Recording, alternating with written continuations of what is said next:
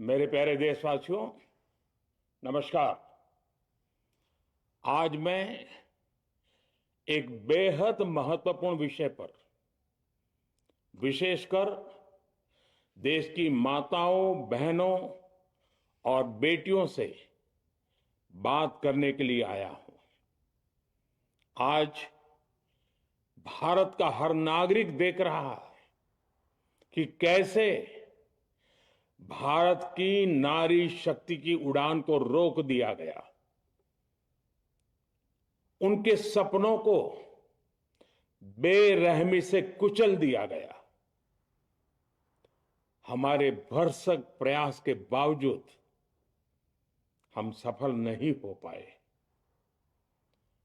नारी शक्ति वंदन अधिनियम में संशोधन नहीं हो पाया और मैं इसके लिए सभी माताओं, बहनों, उनसे मैं क्षमा प्रार्थी हूं। साथियों, हमारे लिए देश हित सर्वोपरि है,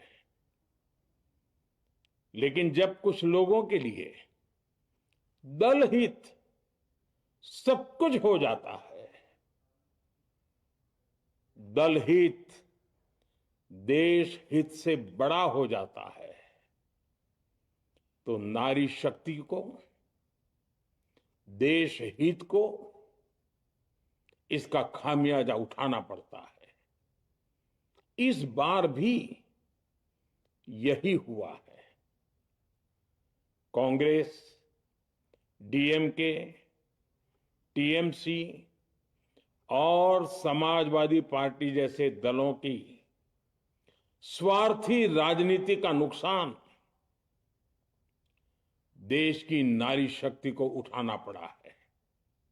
साथियों, कल देश की करोड़ों महिलाओं की नजर संसद पर थी। देश की नारी शक्ति देख रही थी। मुझे भी ये देखकर बहुत दुख हुआ कि जब ये नारी हित का प्रस्ताव गिरा तो कांग्रेस, डीएमके, टीएमसी, सपा जैसी परिवारवादी पार्टियां खुशी से तालियां बजा रही थी। महिलाओं से उनके अधिकार छीनकर ये लोग मेजें थपथपा रहे थे। उन्होंने जो किया वो केवल टेबल पर थाप नहीं थी, वो नारी के स्वाभिमान पर, उसके आत्मसम्मान पर चोट थी। और नारी सब भूल जाती है, अपना अपमान कभी नहीं भूलती। इसलिए संसद में कांग्रेस और उसके सहयोगियों के उन सबके व्यवहार की कसक हर नारी के मन में हमेशा रहेगी। देश की नारी जब भी अपने क्षेत्र में इन नेताओं को देखेगी तो वो याद करेगी कि इन्हीं लोगों ने संसद में महिला आरक्षण को रोकने का जश्न मनाया था, खुशियां मनाई थी। कल संसद में नारी शक्ति वंदन संशोधन का जिन भी दलों ने विरोध किया है, उनसे मैं दो टूक कहूंगा। ये लोग नारी शक्ति को फॉर ग्रांटेड ले रहे हैं। वो ये भूल रहे हैं कि 21वीं सदी की नारी देश की हर घटना पर नजर रख रही है। वो उनकी मंशा भांप रही है और सच्चाई भी भली भांति जान चुकी है। इसलिए महिला आरक्षण विरोध करके जो पाप विपक्ष ने किया है, इसकी उन्हें सजा जरूर मिलेगी। इन दलों ने संविधान निर्माताओं की भावनाओं का भी अपमान किया है और जनता द्वारा इसकी सजा से भी वो बच नहीं पाएंगे। साथियों, सदन में नारी शक्ति वंदन संशोधन किसी से भी कुछ छीनने का नहीं था। नारी शक्ति वंदन संशोधन हर किसी को कुछ न कुछ देने का था, देने के लिए संशोधन का था। ये 40 साल से लटके हुए नारी के हक को 2029 के अगले लोकसभा चुनाव से उसका हक देने का संशोधन था।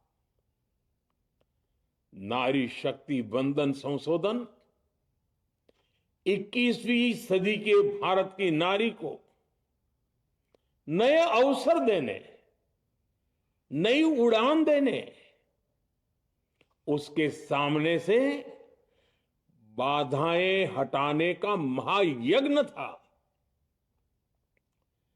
देश की 50% यानी आधी आबादी को उसका अधिकार देने का साफ नियत के साथ, ईमानदारी के साथ किया गया एक पवित्र प्रयास था। नारी को भारत की विकास यात्रा में सहयात्री बनाने और सबको जोड़ने का प्रयास था। नारी शक्ति वंदन संशोधन समय की मांग है। नारी शक्ति वंदन संशोधन उत्तर, दक्षिण, पूर्व, पश्चिम सभी राज्यों की, हर राज्य की शक्ति में समान वृद्धि का प्रयास था। ये संसद में सभी राज्यों की आवाज को अधिक शक्ति देने का प्रयास था। राज्य छोटा हो, राज्य बड़ा हो, राज्य की आबादी कम हो या राज्य की आबादी ज्यादा हो, सबकी समान अनुपात में शक्ति बढ़ाने की कोशिश थी। लेकिन इस ईमानदार प्रयास की कांग्रेस और उसके सहयोगियों ने सदन में पूरे देश के सामने भ्रूण हत्या कर दी है, भ्रूण हत्या कर दी है। ये Congress, TMC, Samajwadi party, DMK जैसे दल इस भ्रूण हत्या के गुनहगार हैं। ये देश के संविधान के अपराधी हैं। ये देश की नारी शक्ति के अपराधी हैं। साथियों, कांग्रेस महिला आरक्षण के विषय से ही नफरत करती है। उसने हमेशा से ही महिला आरक्षण को रोकने के लिए षड्यंत्र किए हैं। इस दिशा में पहले जितनी बार भी प्रयास हुए, हर बार कांग्रेस ने इसमें रोड़े अटकाए हैं। इस बार भी कांग्रेस और उसके साथियों ने महिला आरक्षण को रोकने के लिए एक के बाद एक नए झूठ का सहारा लिया।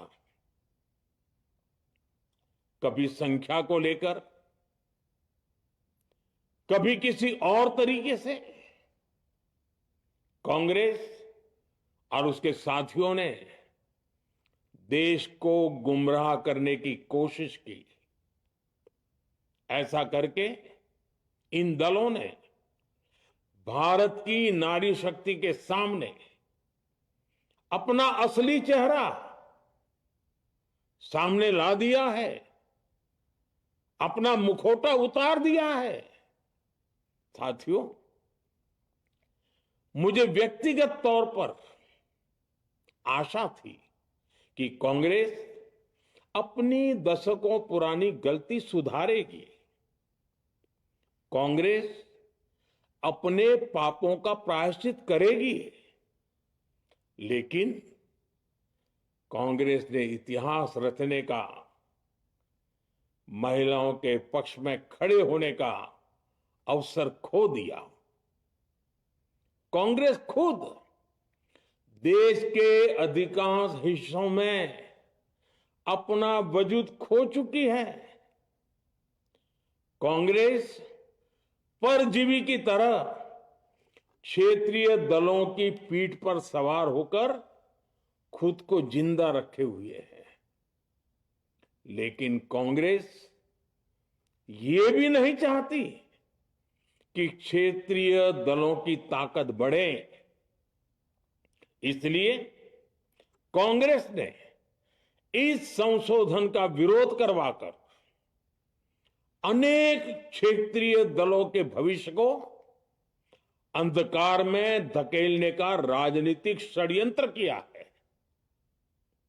साथियों, Congress, Samajwadi party, DMK, TMC और दूसरी पार्टियां इतने वर्षों से हर बार वही बहाने, वही कुतर्क गढ़ते आए हैं, बनाते आए हैं। कोई न कोई टेक्निकल पेंच फंसाकर ये महिलाओं के अधिकारों पर डाका डालते रहे हैं। देश राजनीति का ये भद्दा पैटर्न बराबर समझ चुका है और उसके पीछे की वजह भी जान चुका है। भाइयों बहनों, नारी शक्ति वंदन अधिनियम के विरोध की एक बड़ी वजह है इन परिवारवादी पार्टियों का डर। इन्हें डर है अगर महिलाएं सशक्त हो गई तो इन परिवारवादी पार्टियों का नेतृत्व खतरे में पड़ जाएगा। ये कभी नहीं चाहेंगे कि उनके परिवार के बाहर की महिलाएं आगे बढ़े। आज पंचायतों में, लोकल बॉडीज में जिन हजारों लाखों महिलाओं ने अपनी क्षमता को साबित किया है, जब आगे बढ़कर लोकसभा और विधानसभाओं में आना चाहती हैं, देश की सेवा करना चाहती है, परिवारवादियों के भीतर उनसे असुरक्षा की भावना बैठी हुई है। परिसीमन के बाद महिलाओं के लिए कहीं ज्यादा सीटें होगी, महिलाओं का कद बढ़ेगा। इसलिए इन लोगों ने नारी शक्ति वंदन संशोधन का विरोध किया है। देश की नारी शक्ति कांग्रेस और उसके सहयोगियों को इस पाप के लिए कभी माफ नहीं करेगी। मेरे प्रिय देशवासियों, कांग्रेस और उसके साथी दल डिलिमिटेशन पर लगातार लगातार झूठ बोल रहे हैं। ये इस बहाने विभाजन की आग को सुलगाना चाहते हैं, क्योंकि बांटो और राज करो, कांग्रेस ये पॉलिटिक्स अंग्रेजों से विरासत में सीख कर आई है और कांग्रेस आज भी उसी के सहारे चल रही है। कांग्रेस ने हमेशा देश में दरार पैदा करने वाली भावनाओं को हवा दी है। इसलिए यह झूठ फैलाया गया कि डीलिमिटेशन यानी परिसीमन से कुछ राज्यों को नुकसान होगा, जबकि सरकार ने पहले दिन से स्पष्ट किया है कि न किसी राज्य की भागीदारी का अनुपात बदलेगा, न किसी का रिप्रेजेंटेशन कम होगा, बल्कि सभी राज्यों की सीटें समान अनुपात में ही बढ़ेगी। फिर भी कांग्रेस, डीएमके, टीएमसी और समाजवादी पार्टी जैसे दल इसे मानने को तैयार नहीं हुए। साथियों, ये संशोधन बिल सभी दलों और सभी राज्यों के लिए एक मौका था, एक अवसर था। ये बिल पास होता तो तमिलनाडु, बंगाल, यूपी, केरला हर राज्य की सीटें बढ़ती, लेकिन अपनी स्वार्थी राजनीति की वजह से इन दलों ने अपने राज्यों के लोगों को भी धोखा दे दिया। जैसे कि डीएमके के पास मौका था कि वो और ज्यादा तमिल लोगों को सांसद विधायक बना सकती थी, तमिलनाडु की आवाज और मजबूत कर सकती थी, लेकिन उसने वो मौका खो दिया। टीएमसी के पास भी बंगाल के लोगों को आगे बढ़ाने का मौका था, लेकिन टीएमसी ने भी ये मौका गंवा दिया। समाजवादी पार्टी के पास भी मौका था कि वो महिला विरोधी छवि होने के दाग को कुछ कम कर सके, लेकिन सपा भी इसमें चूक गई। समाजवादी पार्टी लोहिया जी को तो पहले ही भूल चुकी है। सपा ने नारी शक्ति वंदन संशोधन का विरोध करके लोहिया जी के सारे सपनों को पैरों तले रौंद दिया है। सपा महिला आरक्षण विरोधी है।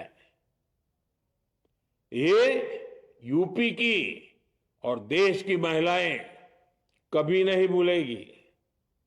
साथियों, महिलाओं के आरक्षण का विरोध करके कांग्रेस ने फिर एक बात सिद्ध कर दी है।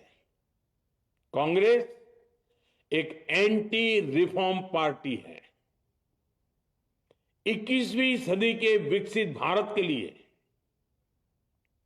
जो भी निर्णय, जो भी रिफॉर्म जरूरी है, जो भी निर्णय देश ले रहा है, कांग्रेस उन सब का विरोध करती है, उसे खारिज कर देती है, उस काम के अंदर खलल डालती है। यही कांग्रेस का इतिहास है और यही कांग्रेस की नेगेटिव पॉलिटिक्स है।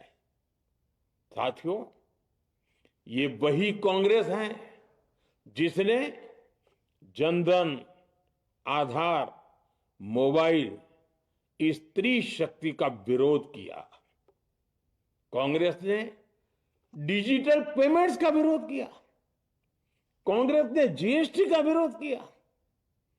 कांग्रेस ने सामान्य वर्ग के गरीबों को आरक्षण का विरोध किया।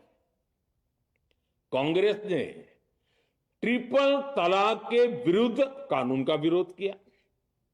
कांग्रेस ने आर्टिकल 370 हटाने का विरोध किया। हमारा संविधान, हमारे कोर्ट जिस यूनिफॉर्म सिविल कोड, समान नागरिक आचार संहिता को, यूसीसी को जरूरी बताते हैं, कांग्रेस उसका भी विरोध करती है। रिफॉर्म का नाम सुनते ही कांग्रेस विरोध की तख्ती लेकर दौड़ पड़ती है।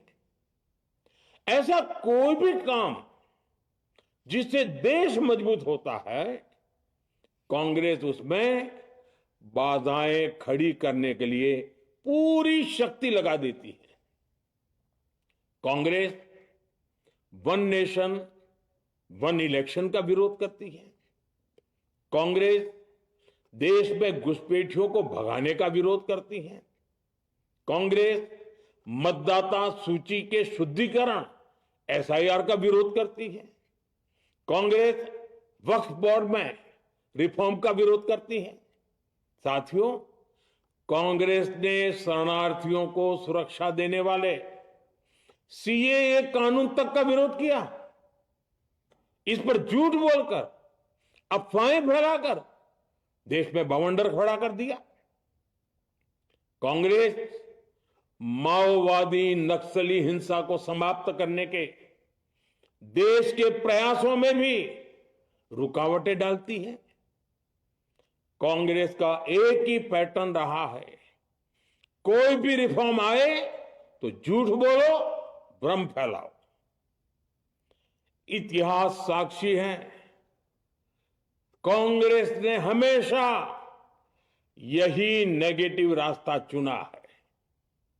साथियों, जो भी कार्य देश के लिए जरूरी फैसला होता है, कांग्रेस इसको कारपेट के नीचे डाल देती है।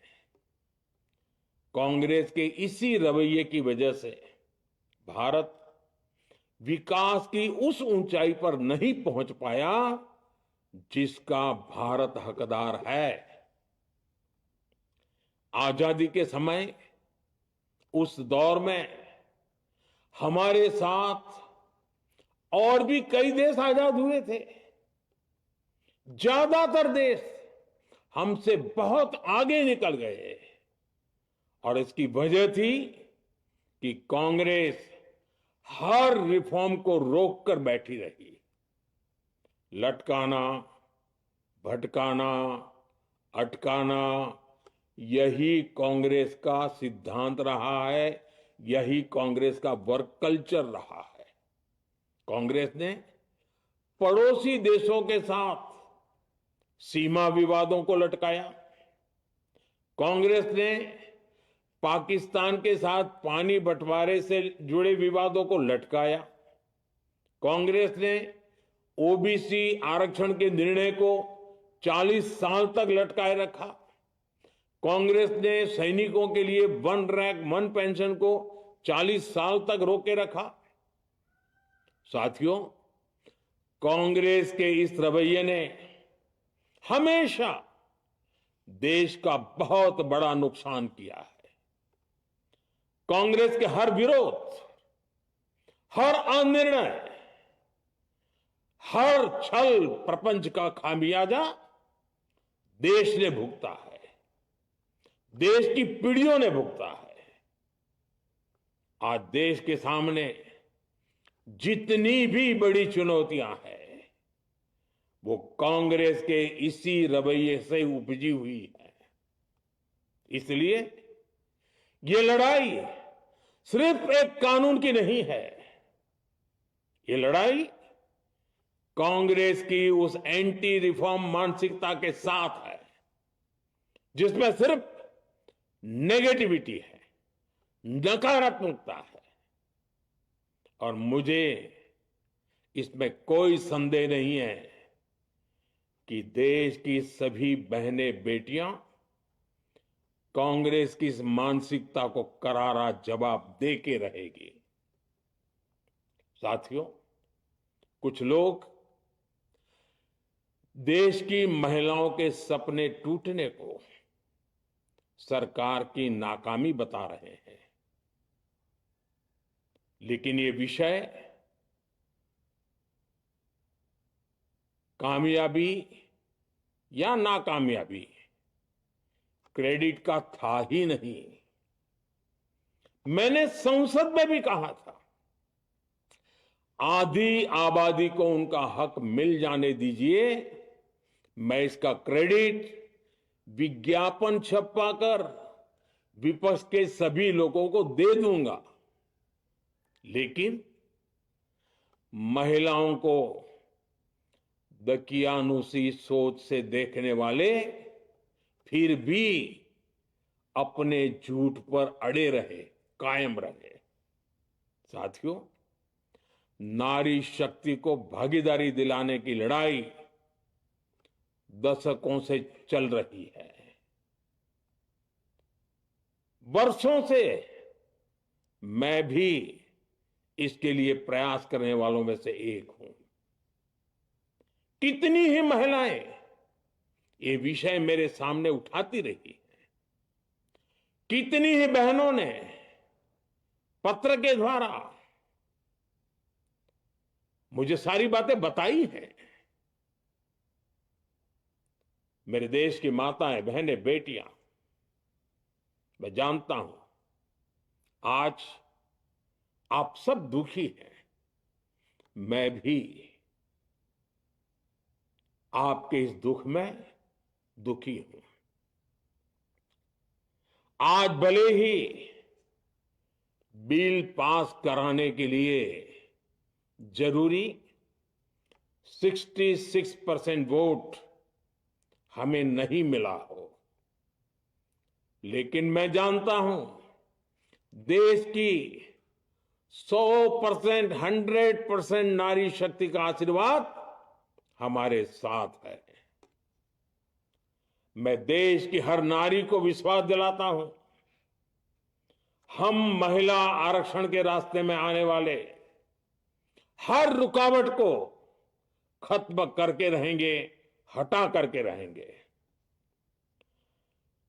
हमारा हौसला भी बुलंद है, हमारी हिम्मत भी अटूट है और हमारा इरादा भी अड़िग है।